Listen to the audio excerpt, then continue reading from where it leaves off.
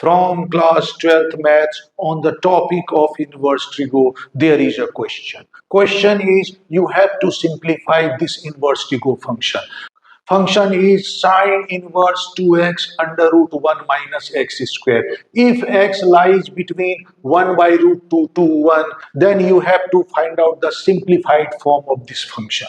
Now to solve it, we put here x equal to sine theta. Why should we put x equal to sine theta?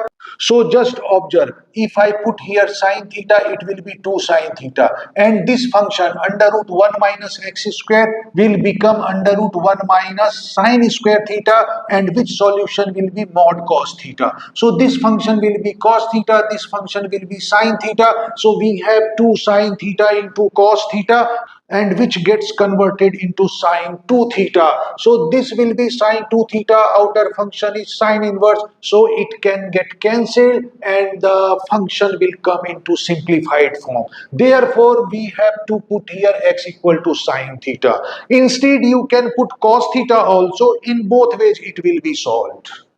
Now this function gives us solution mod cos theta, and mod cos theta can be written in the form of either cos theta or minus cos theta. What should we write? So for this we have to check that the function inside the mod, that is cos theta, is positive or negative. For this we have this information. X which is greater than 1 by root 2 but less than 1. In place of x we put sine theta. So sine theta is greater than or equal to 1 by root 2 and less than or equal to 1. Now we take sine inverse in all three terms. So sine inverse 1 by root 2 will give us answer pi by 4. Sine inverse sine theta will give us answer theta, and sine inverse 1 will give us answer pi by 2. So now we have theta lying between pi by 4 to pi by 2. It means theta is in first quadrant. In first quadrant, cos theta is positive. Therefore, mod cos theta will be written in the form of cos theta. And this is the important information we have obtained. Now we solve it.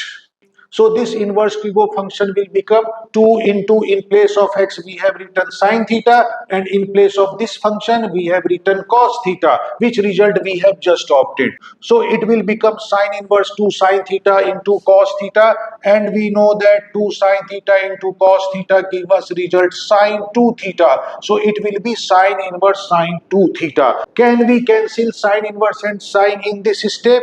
Yes, we can cancel, but first we have to check whether the angle here 2 theta lies in the range of the sine inverse or not. Then only we can cancel. So here we have theta lying between pi by 4 and pi by 2. So what will be the range of the 2 theta? We multiply all three terms by 2. So it will now become 2 theta greater than equal to pi by 2 and less than equal to pi. That means it lies in the second quadrant, which is not in the range of sine inverse. So here we cannot cancel sine inverse and sine. If we have put here x equal to cos theta, then it would have solved in this step. But we have to here solve it further to bring the angle in the range of sine inverse. So we can write sine 2 theta as a sine pi minus 2 theta. Now angle is pi minus 2 theta, and we have to check whether this lies in the range of sine inverse or not. So what we do here, we multiply all these three terms by minus 1. As we multiply all these three terms with minus 1, the inequality will change its nature. This less than equal to will become greater than equal to, and this less than equal to will become here greater than or equal to. Now we add pi to all these three terms. Then it will become pi by 2 greater than equal to pi minus 2 theta greater than equal to 0.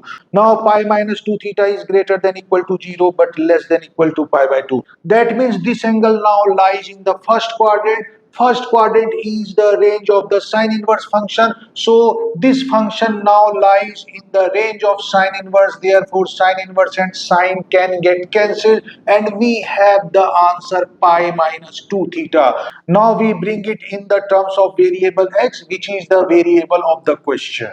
So we have here x equal to sine theta. If we take sine inverse on both sides, left side will become sine inverse, right side will be sine inverse sine theta. That means which will be theta. So here we have the expression sine inverse x equal to theta. So in place of theta we can write sine inverse x. So the result will be pi minus 2 sine inverse x. We can solve it further also. If we take 2 common here in the bracket, we will have pi by 2 minus sine inverse x. And pi by 2 minus sine inverse x will get converted into cos inverse x. So the final answer is 2 cos inverse x. And this final answer gives us impression that if we put x equal to cos theta, we would get this final answer more easily. You can solve it by yourself.